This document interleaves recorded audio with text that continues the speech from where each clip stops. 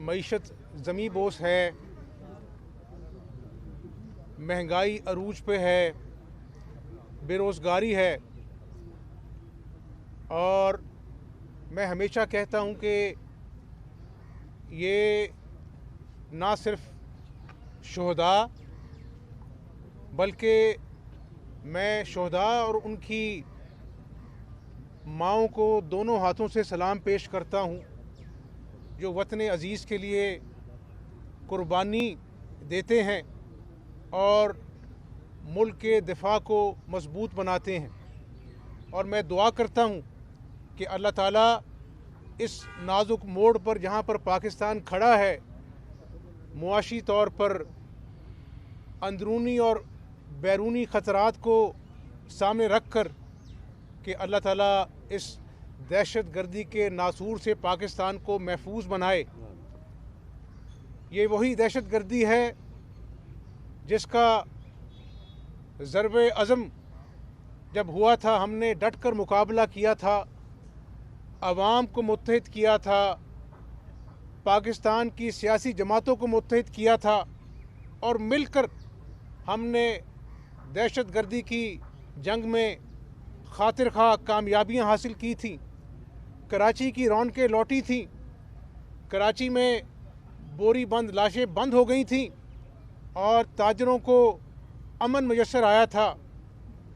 लेकिन बदकिस्मती ये है कि जो आज वजारत उज़्मा पर एक झूठा शख्स बैठा है, वो अपनी जमात को इकट्ठा नहीं कर सकता तो उसने कौम को क्या इकट्ठा करना है। तरह तरह की बातें उसकी अपनी जमात में उसके ख़िलाफ़ होती हैं। मैं हमेशा ये कहता हूँ और पाकिस्तानी कौम को बताना चाहता हूँ, ये पुलवामा का वाक़या हुआ था, ये कोई किसी का ज़ाती मामला नहीं था, मुल्क का मामला था। उस वक़्त भी मुल्क का जो जाली वज़ीर आज़म है वो गायब था और तमाम पार्लिमानी लीडर्स पार्लियामेंट में बैठे हुए थे और अपना जो है वो अस्करी क़यादत भी मौजूद थी। तो ये कैसा शख्स है कि जिसको अपनी ज़ात से इतना प्यार है, जिसकी अना इतनी ऊंची है कि वो मुल्की मामलात में भी अपनी अना को तरजीह देता है। एक बात। दूसरी बात, आपने देखा शर्मनाक तरीन शराइत IMF की मान ली गई और जब स्टेट बैंक को भी गिरवी रख दिया गया, एक एटमी कुव्वत मुल्क के पाकिस्तान को जो एटमी कुव्वत है, और अब जो कल जो IMF ने दोबारा जो शर्मनाक शराइत रखी हैं कि आपने ये भी करना है वो भी करना है, ये वो डिक्टेशन है जिसके लिए मैं कहता हूँ कि वो कहते हैं कि बेगर्स कांट बी चूजर्स।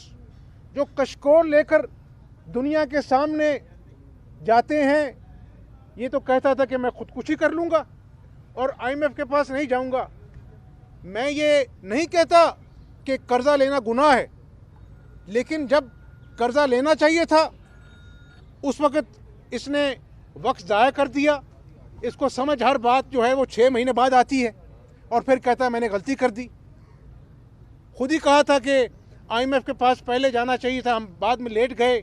कभी इसको भूल जाता है, इसको घर में कोई याद कराता है कि ये वज़ीर आज़म है, खुद बताता है कौम को। ये ऐसा शख्स है कि जिसको बोलता पहले है सोचता बाद में है। तो मैं ये कहना चाहता हूँ कि आज ये कौमी फरीज़ा है पाकिस्तानी कौम का। अभी खाद जो है किसान खाद के लिए रुल गया है। वो जो फॉस्फेट होती है, जो सेकेंडरी अपना खाद की जो अपना किस्म होती है, वो भी मार्केट से गायब हो गई है। नहीं, यूरिया और बात है, वो फॉस्फेट की बात कर रहा हूँ मैं। किसान समझता है। और इमरान नियाज़ी साहब, मैं किसान की बात करता रहूँगा। मैं किसानों से मिलने भी जा रहा हूँ और तुमने जो इस कौम को सब्ज़ बाग दिखाए थे वो अल्लाह ने बेनकाब कर दिए हैं। और किसी जमात को इस वक्त अपनी फ़िक्र नहीं होनी चाहिए, पाकिस्तान की फ़िक्र होनी चाहिए। कि पाकिस्तान आज पाकिस्तानी कौम ऐसे दुराहे पर खड़ी है कि हमें दानिशमंदी से, होशमंदी से, हिकमत से ऐसे कदम उठाने हैं जिससे इस हकूमत का, जिसने अवाम पर जुल्म ढाए, अवाम से झूठ बोला, अवाम को धोखा दिया, अवाम को झांसा दिया, 50 लाख घर का, 1 करोड़ नौकरियों का, और आज लोग रोटी को तरस गए हैं।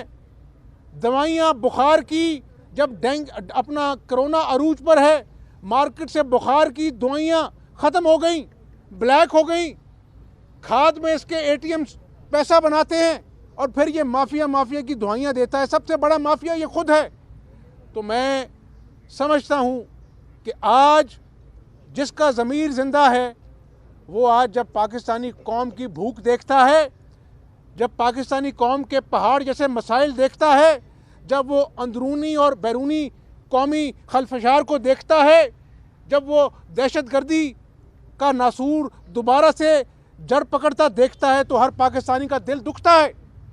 हर पाकिस्तानी फ़िक्रमंद है, चाहे वो पाकिस्तान में है या पाकिस्तान से बाहर है। तो आज मैं पाकिस्तानी कौम को बता दूं कि ये अब कौमी फ़र्ज़ है कि इमरान नियाज़ी से जितनी जल्द हो सके हम छुटकारा हासिल करें। और मैं किसी गैर आइनी इक़दाम की बात नहीं करता, मैं पार्लियामेंट के अंदर जंग लड़ने की बात करता हूं। और मैं इमरान नियाज़ी के जो इत्तेहादी हैं उनको भी कहता हूं कि आप अपने इत्तेहाद की तरफ ना देखें, आप पाकिस्तानी कौम की तरफ देखें। अगर आपने पाकिस्तानी कौम की तरफ ना देखा तो पाकिस्तानी कौम भी आपकी तरफ नहीं देखेगी और आपका भी हिसाब करेगी कि जिस वक्त मुल्क एक दोराहे पे था, जब पाकिस्तानी कौम को किसी सुकून के सांस की ज़रूरत थी, तो इत्तेहादी इमरान नियाज़ी के साथ चिमटे हुए थे। ये ना करें। इत्तेहादियों में अच्छे लोग हैं, ज़ीरक लोग हैं, इमरान नियाज़ी के ना बेहिस लोग नहीं हैं। तो मैं आज उनको भी दावत देता हूँ और लॉन्ग मार्च, सड़कों पर भी एहतजाज करेंगे। और इंशाअल्लाह ताला ये जो 9 रतन रोज़ आकर नया सोचा छोड़ते हैं, कभी सदारती निज़ाम का तो कभी किसी बात का, अब इनकी बातें भी ख़त्म हो गई हैं, इनके तमाशे भी ख़त्म हो गए हैं। और अब इंशाअल्लाह ताला मैं अल्लाह ताला को हाजिर नाज़िर जानकर कहता हूँ कि इंशाअल्लाह अब कुदरत, खुदा की कुदरत भी इमरान नियाज़ी से हिसाब मांग रही है इंशाअल्लाह। हमजा साहब, आप बताइएगा कि वज़ीर पाकिस्तान इमरान खान ने कहा था कि वसीम अकरम प्लस है, उस्मान बुज़दार, जबकि कौम ने भी कोई उनको सराहा नहीं है, ना ही पंजाब की आवाम ने। शहबाज शरीफ जिनकी बैरून मुल्क और मुल्क में भी जिनकी तारीफ हुई, तो ऐसी क्या बात है कि उनकी तारीफ हुई, ये तारीफ ना करा सके, जबकि बहुत सारी हमायत भी शामिल थी इनके साथ। अल्लाह की ज़ात बहुत बड़ी है। ये जिस साफ़ पानी में आज शहबाज शरीफ साहब पेश हुए हैं, 16 मुल्ज़मान बरी हो गए। ज़मानत में और बरीयत में फ़र्क है कि बरीयत का मतलब है कि केस ही झूठा था। आज तक मुझे बता दें, ये गंदे नाले में आज मेरी पेशी है, एसेट में मेरी पेशी है, एक सबूत, झूठ के अलावा एक सबूत ये पेश कर सका इमरान नियाज़ी। अल्हम्दुलिल्लाह national crime agency United kingdom ने कहा कि कोई मनी लॉन्ड्रिंग नहीं हुई। यहाँ पर अदालतों ने ज़मानतें दी और वहाँ पर नैब ने खुद माना कि करप्शन नहीं हुई। लेकिन मैं आपको बता दूँ कि खुदा की लाठी बेआवाज़ है। आज वो जो स्क्रूटनी कमेटी है इलेक्शन कमीशन की, उसकी रिपोर्ट चीख कर कह रही है कि इमरान नियाज़ी सबसे बड़ा चोर है, इमरान नियाज़ी सबसे बड़ा मनी लॉन्ड्रर है। ये हमसे पूछता था, आज ये बता दे कि वो जो टी बॉयज़ के नाम पर करोड़ों की रकम आई है उसका जवाब दे दो।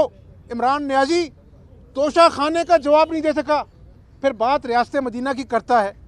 ये खोखला आदमी है, झूठा आदमी है। जो कौम से वादे किए वो भी झूठे साबित हुए।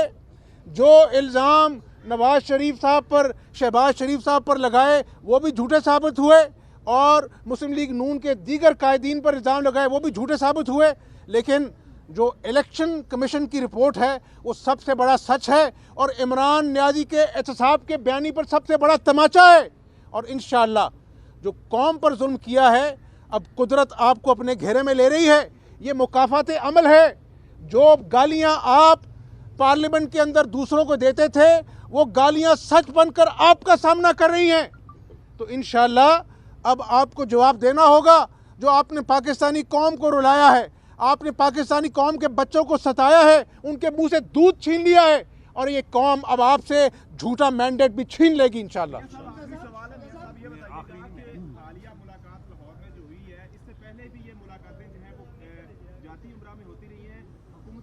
जो है वो इस मुलाकात को उस तरह सीरियस नहीं ले रहे।